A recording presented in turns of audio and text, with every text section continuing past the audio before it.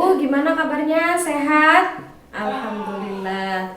Nah, ibu-ibu, alhamdulillah kita bisa berkumpul lagi, bersilaturahmi lagi di di pertemuan bulanan, yaitu belajar tentang keluarga FDS. Alhamdulillah sekarang kita sudah masuk ke modul kelima, yaitu modul kesejahteraan sosial untuk disabilitas dan lansia. Nah, sekarang kita masuk ke sesi 1, yaitu membahas tentang pelayanan bagi penyandang disabilitas berat. Kemarin sudah kita sempat bahas sekilas tentang apa itu disabilitas. Masih ada yang ingat, Bu? Ada yang ingat tidak? Nah, iya betul. Disabilitas itu seseorang yang memiliki keterbatasan, baik itu secara fisik, mental, intelektual, ataupun sensoriknya, sehingga dia tidak bisa berinteraksi dengan lingkungannya seperti orang pada umumnya. Seperti itu ya Bu ya. Nah, oleh karena itu, biarpun mereka memiliki keterbatasan, akan tetapi mereka juga memiliki hak-hak yang sama seperti warga negara lainnya. Maka di sini di langkah selanjutnya kita akan bahas tentang hak-hak penyandang disabilitas. Siap ya Bu ya? Nah, sebelum kita masuk ke hak-hak penyandang disabilitas, kita akan permainan dulu Bu. Permainannya, perintahnya seperti ini. Silahkan Ibu tuliskan makanan kesukaan ibu-ibu di kertas yang telah saya bagikan tadi ya Bu ya.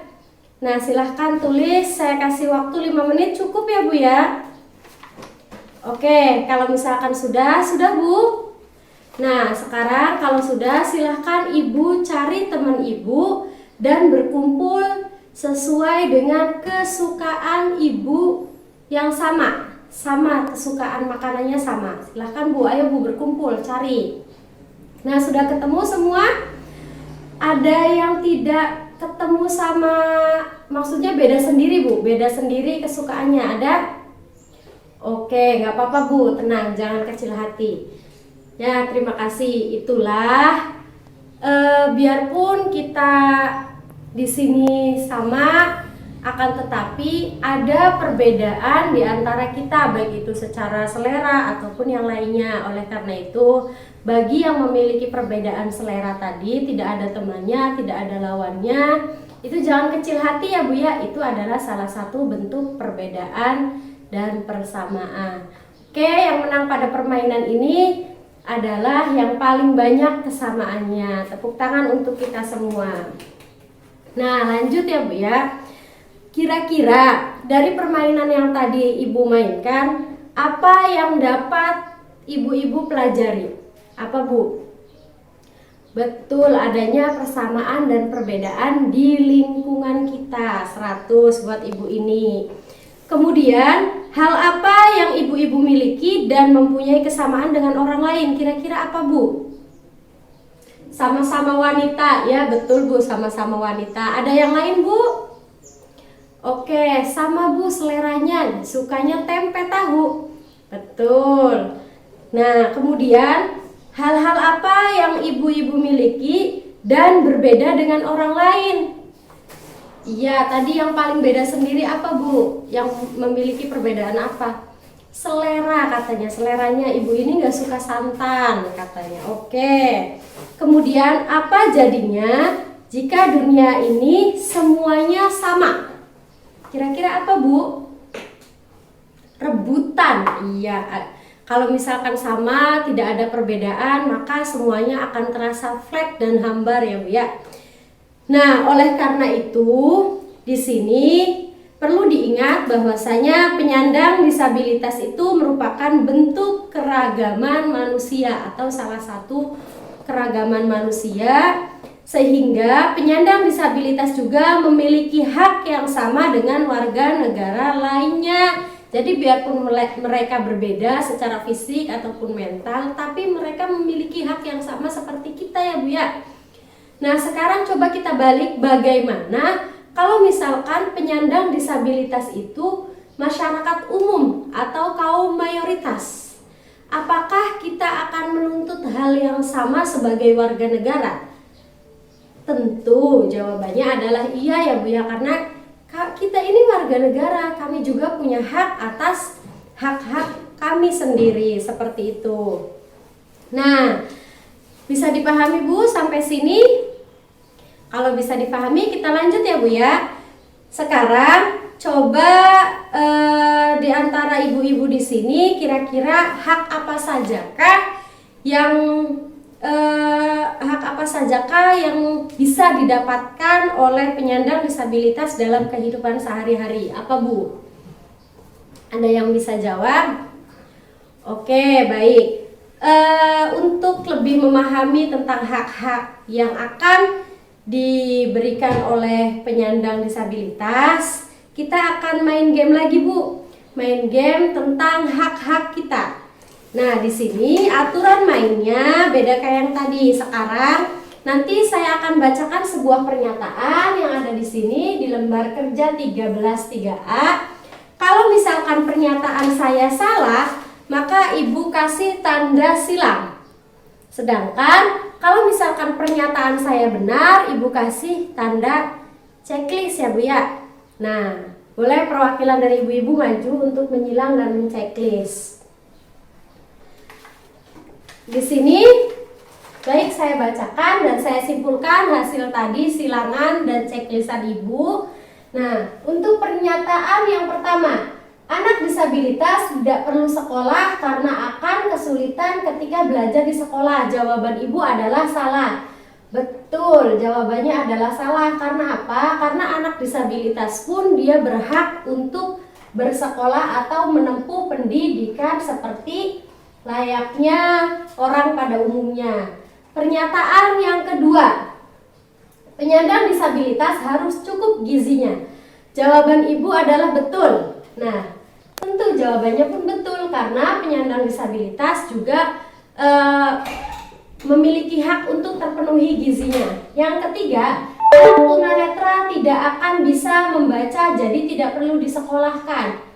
Jawabannya adalah salah. Betul, karena kita bisa mengajari anak tunanetra dengan cara lain, bisa dengan tulisan braille dan yang lain sebagainya.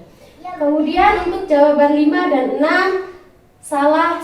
Iya, semuanya betul ya Bu ya.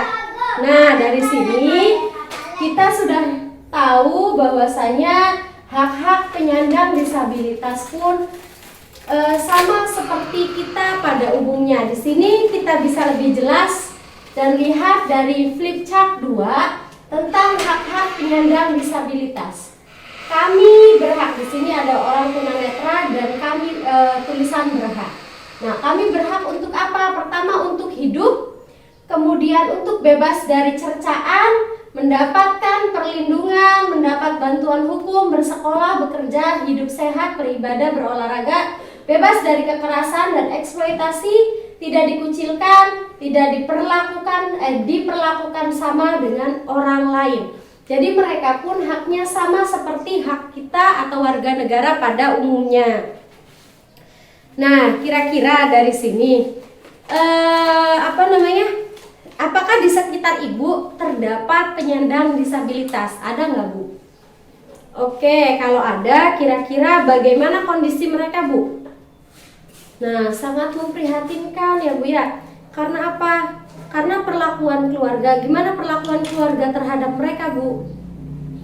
Kurang mensupport. Oke, kemudian bagaimana perlakuan masyarakat terhadap mereka? Kira-kira perlakuan kita terhadap mereka itu gimana Bu?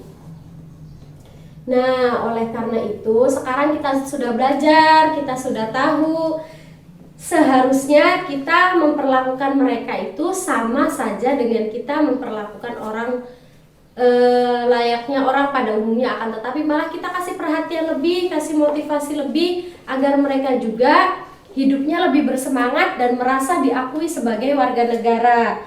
Karena apa? Karena hak-hak mereka terpenuhi dan hak-hak mereka diperhatikan. Nah, saya tekankan lagi ya Bu ya, penyandang disabilitas juga memiliki hak yang sama dengan warga negara lainnya. Oleh karena itu, kita semua mempunyai kewajiban agar hak-hak penyandang disabilitas terpenuhi. Nah, dari sini kita bisa ketahui, bisa simpulkan bahwasanya penyandang disabilitas itu harus diperlakukan sama dengan orang normal dan tidak boleh diskriminasi dan dikucilkan. Semoga setelah pertemuan ini Ibu dan Bapak bisa mempraktekkan ketika ada orang disabilitas di lingkungan kita bisa memperlakukannya lebih baik lagi, kita bisa memenuhi hak-haknya sebagai warga negara yang baik ya Bu ya. Sampai di sini bisa dipahami Bu? Oke, terima kasih. Tepuk hebat dulu untuk kita semua. Tepuk hebat. Hebat, hebat. Hebat, hebat. Hebat. Terima kasih Bu. Billahi taufiq wal hidayah. Wassalamualaikum warahmatullahi wabarakatuh. Generasi yang punya banyak mimpi untuk membangun negeri, dan kami takkan pernah lelah pantang menyerah meraih masa depan, karena kami generasi harapan, karena kami tak berhenti berjuang untuk terus maju membangun Indonesia.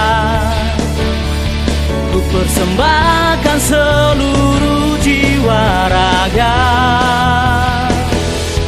untuk terus maju membangun Indonesia.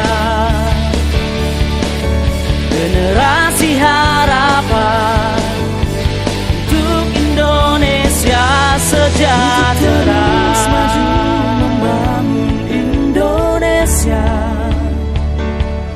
Ku persembahkan seluruh jiwa raga untuk terus maju membangun Indonesia. Generasi harapan, untuk terus maju membangun Indonesia. Ku persembahkan seluruh jiwa raga untuk terus maju membangun Indonesia.